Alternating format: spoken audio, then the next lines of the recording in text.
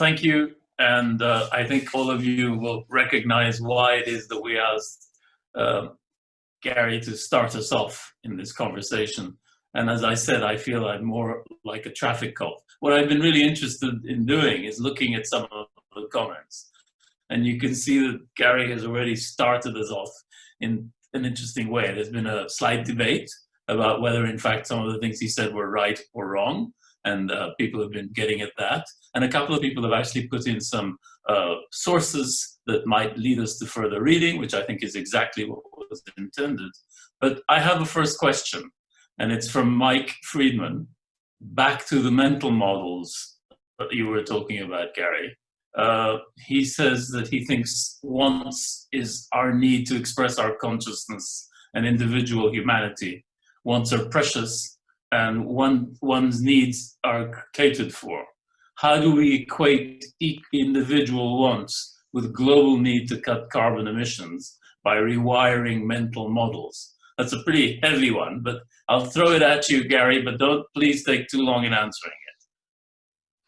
No, I won't. I mean, I'd like to take much longer offline with Mike to talk about that. Yeah, I think, again, I think what I tried to say is not that wants are not important, but that they're not essential in the same way, right? So the difference for me between needs and wants is that there are still hundreds of millions, if not billions of us on Earth that aren't getting our basic needs met, right? And what this pandemic clarified for us is what are those basic needs, right? The need for somewhere safe to live, the need for access to food and clean water and sanitation, the need to reconnect with our families, the needs that are universal and non-substitutable, right? So sure, there's a different discussion to be had around wants, and I'm not suggesting that we give up on our wants.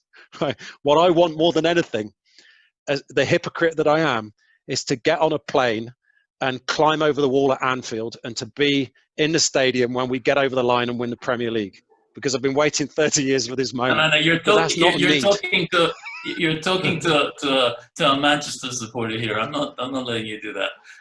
Okay. I want to go back quickly to Mike. Mike, are you satisfied with that answer, or do you want to come back again? I guess thanks, Jerry. Thanks for that opportunity. You know, it was, thank you again. I mean, Gary, it's great. And what it made me think about is that needs are all our basic stuff. It's, if I may say, it's the animal need to survive. We all need that. But you know what? I don't care if you are the most deprived person, most poverty-stricken person, you have dreams. And those dreams are about wants. You would love your child to have a better education than you do. You would love your child to progress. You have these wants, loves. Maybe we should talk about needs and loves. Mm-hmm. And the flip side is the want of the new Lamborghini. I mean, my goodness. As my daughter was telling me, I've got an old iPhone. Really? Dad? And so isn't it about, what I'm trying to say is, yeah, you're absolutely right. It's about rewiring stuff. What makes us human are our wants. An animal needs food, needs shelter. We as humans want stuff. And so it's not a second-class thing. But how do we rewire that it's equal? Yeah, I think I take your point. It's very philosophical. And that is a longer conversation. It is a longer conversation that we don't have the time for. So if I can just interrupt and say, Mike, I think you've raised a very important point, but let's find a way of continuing the conversation there is some interesting debate, and I just want to bring them in. Jerry Noel, do you want to raise what you're raising in the chat directly?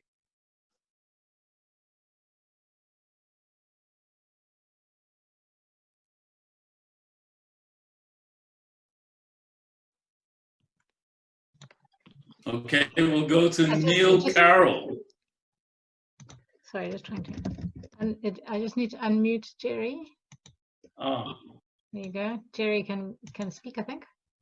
Jerry? Go ahead, Jerry. Thanks, Jerry. Sorry, Gary. I thought your parallel of flattening the curve was really interesting, and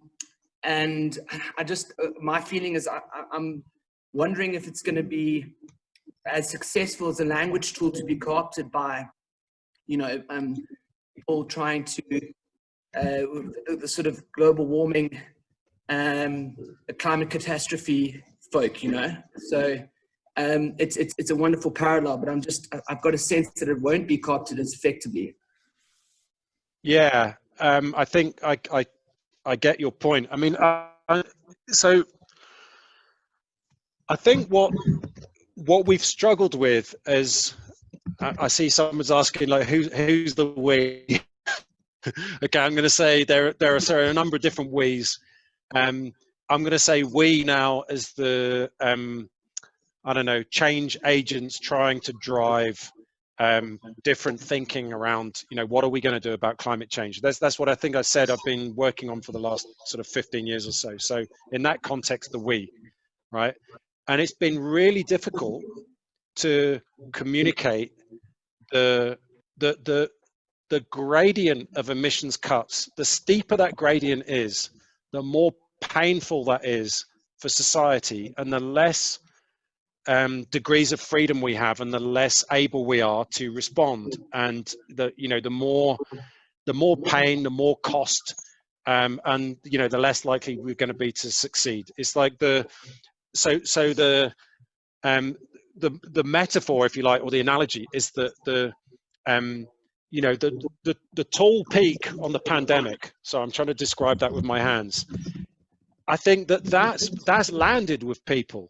That has landed that, that peak goes beyond our capacity to respond, and it becomes dangerous for society, not because of the area under the curve, because in both those cases, this isn't quite true that it has to be the case, but I think in the schematic that I showed, the area under the curve is the same in both. But the one curve, people understand, that's within our response capacity. So we can do that without a massive upheaval of society. But we're now getting to the point that now maybe if I can share just a kind of a very quick story, if I may, Jerry, I don't want to take too long on this, but going back sort of 15 years when I started working on this climate change challenge, and I was working with an oil and gas company. And this is after, by the way, I worked 10 years with an oil and gas company on not on climate change, but on trying to sell lubricants and all kinds of oil. Okay, we don't want your sins. Okay, sorry. So anyway, where was I? So I'm now working with WWF, engaging with oil and gas companies around climate change, and this is 15 years ago. And what I would often be met with is, but you can't turn everything off overnight, and it's like, well, no one ever asked you to, right? What we're suggesting is that we turn it off over a period of 40 years, right? And then that's a proposition that I think we can cope with. The problem is, because we've kicked the can down the road for 2 decades, we're getting to a point where, do you know what? Actually, it starts to look like some things are going to have to turn off overnight. Right, because the gradient of that curve is becoming so steep, and this is why you end up now having the discourse around stranded assets. So it may already be too late to use this as a metaphor, but it's just interesting how and it's not a perfect metaphor. No, I don't think any metaphor probably is a perfect analogy, at least. But it's just, for me, it was striking how everyone got this flatten the curve, but flattening the curve on emissions, we never managed to get traction on that. The area under the curve is the same in both cases, because the area under the curve in the end is the total concentration of gases in the atmosphere. But somehow that didn't land. And what I was wondering is, since we are now experiencing and this kind of like universal captivation by the pandemic, maybe that's a rhetorical device that people are going to, now I see what you mean. I don't know. So that's the optimistic read. One of the things that those of us that have been leading to this moment have been feeling is that actually in conversations, private and public, over the last few months, is this notion really of, are we at a different point where in fact it's not just a matter of pressing the Control-Delete button and restarting the same system, or tweaking it, or putting Ubuntu in instead of Mac OS. It's a matter of, are we really going to be able to think about a system that's different? And some of the questions that are coming in, if I can say, are really asking, where's the agency? Who has it? Yeah. And for example, one of the questions is, you presented a sort of peacetime scenario, and actually the last couple of weeks have taken us quite a distance away from the peacetime scenario. And I don't want to make this a conversation, Gary, just between you and the audience, because I don't think that's what we intended. So what we might need to do is figure out a way in which all of us can engage on this issue, and whether we think there are things that can be done. And I'm not sure that, I just wanted to say this because I think it's really important. None of us feel we have the answers. And it may come across that we think we do. We don't. So actually putting ourselves in a position of saying, here are the answers, is not, we're actually saying, there's some serious stuff going on, and at the moment there doesn't seem to be enough bandwidth to be able to actually absorb this and grapple with it.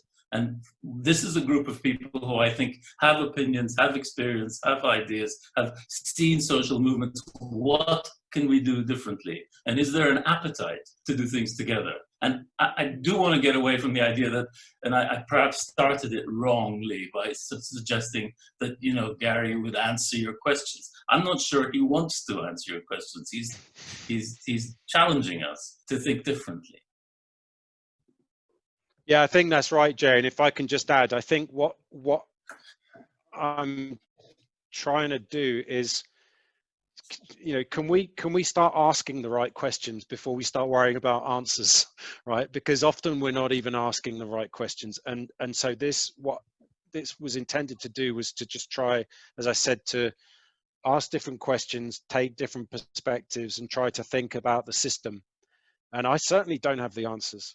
But it's nice to engage this back and forth, but it would be also interesting to hear if members of the group want to sort of start the dialogue.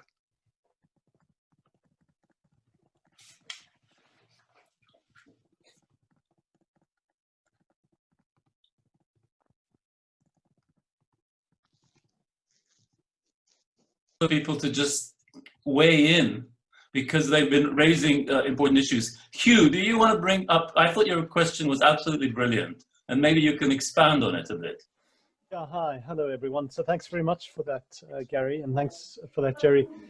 So yeah, I was thinking about, I think your phrase that the peak has landed will stick with me, by the way, Gary. It's rather an interesting idea, but it does speak to the notion of a shift in consciousness. I think there was we've seen both with the lockdown, but certainly with responding to that, to the epidemic, that what we need is a more collective action. And quite ironically, in our isolation, a lot of us sitting at home, I think we're have been quite overwhelmed by the energy that we've seen in things like the Black Lives Matter movement and all those struggles. So it has been a time for reflection, for questioning some of our fundamentals. But I think because of the way, as you pointed out, that vested interests are in society remaining as it is, and that making the climate change struggle so much more difficult. We really do face a struggle there. it's not just a conversation. It's a political battle, and it's the one that it's the political battle of our lives, actually, and the future of the planet at the same time. So I think it is going to take a wide range of pressures and catastrophes before the realization sinks and change actually happens.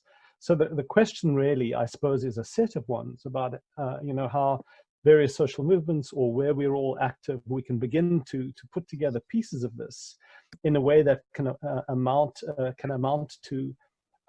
response that is both serious enough, radical enough to make any difference at all. But it does require that we think differently. So that's why I'll get back to my initial point. And when you spoke about symbiosis, I was just remembered a film on about the life of Lynn Margulis, who you might know as the scientist who spoke about. She missed the Nobel Prize for Science because she was so, I think, on the edge and considered as not really part of the scientific establishment. But she really put forward ideas that all life is independent and interconnected. And she did a lot of work on evolution and points out actually how our evolutionary history is more about collaboration than the competition of between the species, which she saw as a male patriarchal Darwinist idea. So she takes that on. But the point that she makes is that competition is not as fundamental a human trait as we've been led to believe under capitalism, and that collaboration is far more essential and a far more essential part and necessary part of life. And I think we've seen some of that affirmed in the shifts of consciousness we've seen over the last period. And I think a lot of us, when it comes to education systems and how we think about how we respond, focusing on the common good, the shared enterprise and future on Earth, and collaboration as a way forward needs to be one of the things and ideas that we should be embracing.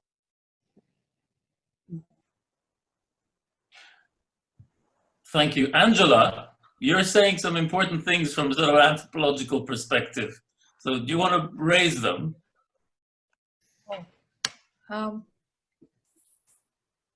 Can you hear me? Yes? Okay. Yeah, I'm just, thank you. First of all, thank you very much. And thank you for the great opening presentation. And I think as we are all collectively paused together, and simultaneously, like the whole world appears to have been paused together. And my question is, simultaneously, are we all thinking about these existential things in the same way? We, in this conversation, are really seized with the issue that things cannot go back to normal. Normal was dysfunctional and is being increasingly shown up as having been dysfunctional. And there are needs for, huge fundamental changes, from power to assets to the climate change, etc. But I'm just wondering, is the same existential feeling taking place in conversations on the streets of Addis Ababa, or among the nomads in the Afar region? Because for them, they're experiencing an immediate need for a normality, which is to have basic needs met. And so in order to get the entire world structures to come together, to think about these big changes, for other parts of the world, the changes, we agree we don't want industrialization because it's ruining the world, but in other parts of the world, people do want, because it is the one thing that's going to maybe lift them out of poverty. So how do we get to also a collective understanding that there needs to be the very, very fundamental changes? This is interesting. I think your point is very close to some of what Angela's just said. Could you raise it, Halima?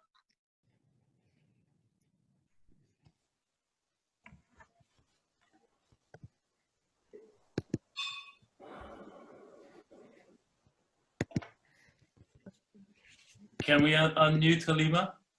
Yeah, I did. Jerry? Yep. Could you tell us more about this, what you're talking about, the post-crisis? Yeah, so I've been thinking a lot about how we who are really in positions of privilege keep talking about what's going to happen post-crisis. And the question is, post-crisis for who? The people who this pandemic is affecting the most, and the people who climate change will affect the most, are moving from one crisis to another, and they're all interlinked, and the impacts are interlinked. And I think we have to start changing the framing of how we're approaching things and the questions we're asking about timeframes and timescales and fundamental causes before we can get to any solution. So I'm just really, really worried about this issue of how we're framing what's changing post-crisis, and whose voice is then informing how we're deciding when that post steps in.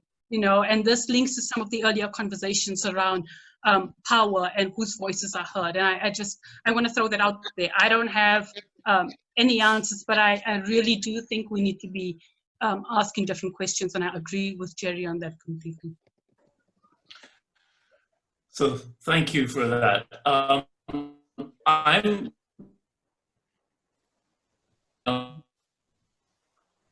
if you don't mind, to just tell us some more about where we think we might go with this, and then to reach out to you as an audience to figure out where you'd like us to go, or whether you think we should just go and go back to sleep.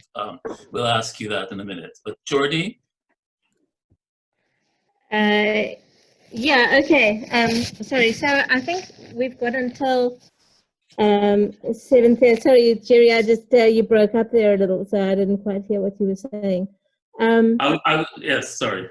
I was just asking you to address the audience on where how this came about, and tell us and ask us some basic questions about where you want us to go with this. Yeah, so we launched this initial conversation, and we really have a completely open agenda. So we wanted to know a few things. We've got a little poll that you can either not fill in if you don't think the conversation should go anywhere, or you could fill in around the kinds of ways. So we thought two things: the ways in which we might take this conversation forward. And that's just a tiny little poll that we'd like to fill in. So really, should we continue with this kind of discussion, Zoom type gatherings, or breakout kind of deep dives, periodics, and then our other platform that we've set up, which is a kind of centralized online discussion forum where you can network, where these comments will be posted, the stuff that we haven't been able to get to, and curated to kind of keep the threads of the different parts of the conversation going. So that's one of the ideas we had around taking the conversation forward. But we're also very willing or amenable to look at other kinds of fora. So, Zoom fatigue didn't seem to, we wondered if it would quell participation in this event, but clearly there's been a great amount of interest, and we were, we were sold out, so to speak. And so if that's a way, that's one of the ways to take forward the conversation. I'm going to put the poll up just now, or Tamsin will, and so you can just click on. It's multiple, so you can click on whatever you, whichever you like. You can all see the poll. I'll give you a second to click. Yes. So that kind of platform that we've set up, is that a good idea? These sorts of gatherings where we engage specific issues, deep dives where we want to kind of break out, and then one of the things we're thinking is if that discussion forum is really rich, to come back and to get some of our collaborators to pull those threads together, to allow kind of just a synthesis and discussion kind of forum there. So those were the 4 ideas we had, and I can see people are clicking away at the forms of engagement that they would prefer.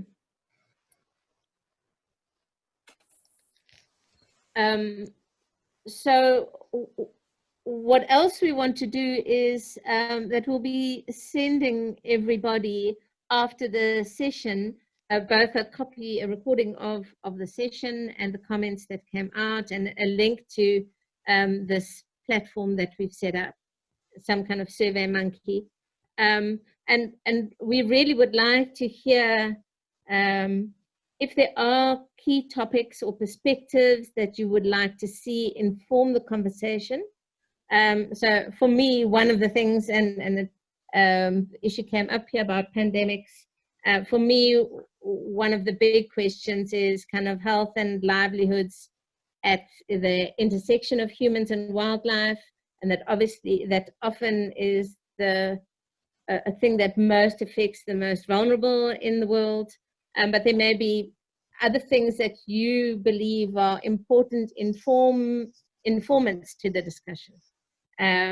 Or you may believe that we really need to hear some voices, and that should come into our discussion. So what we don't want to take your time in hearing those comments now, but that'll be part of the feedback survey that we sent you after this evening. So yeah, so that's really, you will kind of drive what happens next in a way. And of course, there's no obligation and just an invitation for the discussion to continue. Is that clear, Jerry?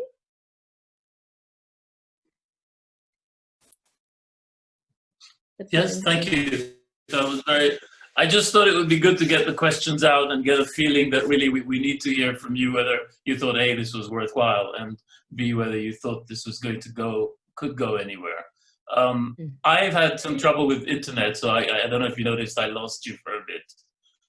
And that's classic, that I'm sitting here in Western Europe and can't keep my internet connection.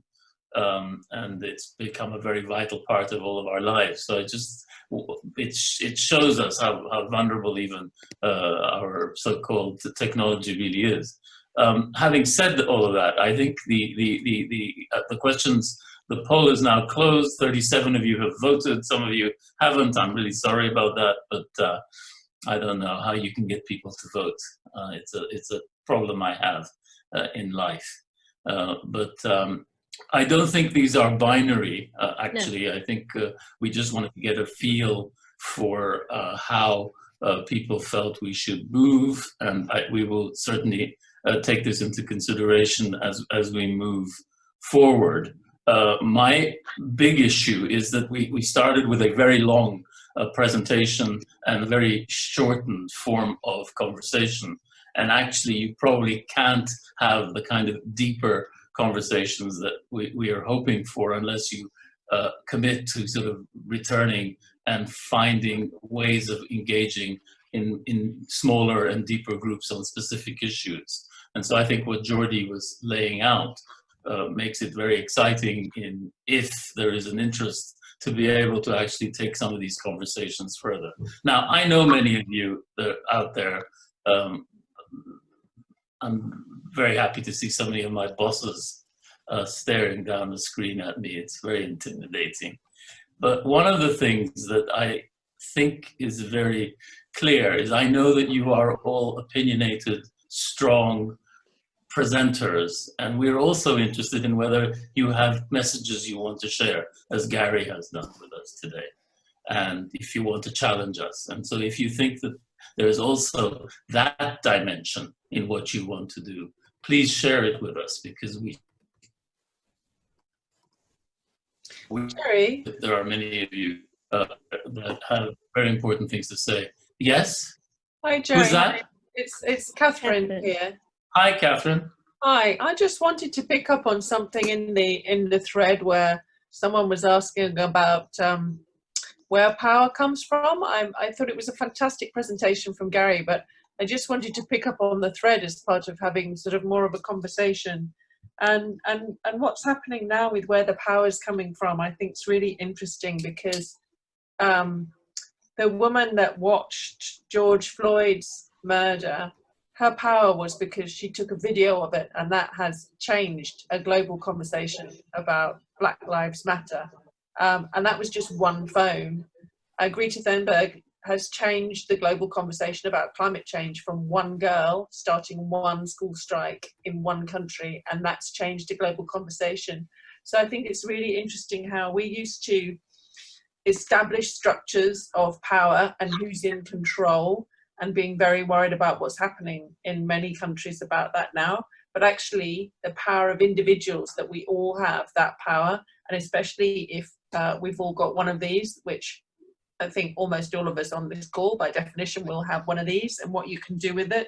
So I think it would be really interesting to have a conversation about what we think about where power comes from and what we can do with what we've got here and now. So that's the, you know, the Roosevelt quote about do, you know, what you can with what you've got here and now. And I think, you know, obviously the problem that we've got right now is really huge, but there's lots of us, and we can all do what we've got with what we can here and now. And I think it would be great if on this call, maybe all the really old people like me, like basically if everyone over 30 promised not to say anything for a bit, then we could I think that would be great. Co-production. Yeah. Thank you. That was a very helpful intervention. I'm happy for people to intervene if you want to. My worry is to try and make sure. I believe we have 3 minutes left. Yeah, Am I right? Maybe for next time. Yeah. Yeah. Am I right that we've got only 3 minutes left? Yeah, you're right. Okay. So this is why I'm trying to wrap it up, and I know there's a lot of people out there that want to say things. So all I can offer you is more of the same if you're interested. And if you want to engage, just let us know, and we'll try and do it. And Catherine, thank you for your intervention. I'm not trying to, I just need to wrap this up. No, I agree. Absolutely fine. Just for next time. Yeah. Just okay, thanks. Yeah. And what I'm going to now do is say thank you to Gary, who I think did an incredible prologue. Thank you, Gary. Well done. And if you knew half the difficulties he had in presenting it, which I'm not going to belabor you with, you would be even more in awe of this man. So, Gary, thank you. Thanks, Jerry. Thanks, everyone, for listening. For giving your time and your energy. Thank you. Gary, you want to say something? Go ahead, but we've only got about a minute. No, I just wanted to say thanks, everyone. And I have been reading the comments in the boxes, and it's been, you know, I feel like this is the start of a conversation. So hopefully if anyone wants to contact me bilaterally, they can feel free to do that. I think I left my email address on the screen. So yeah, feel free to drop me a line.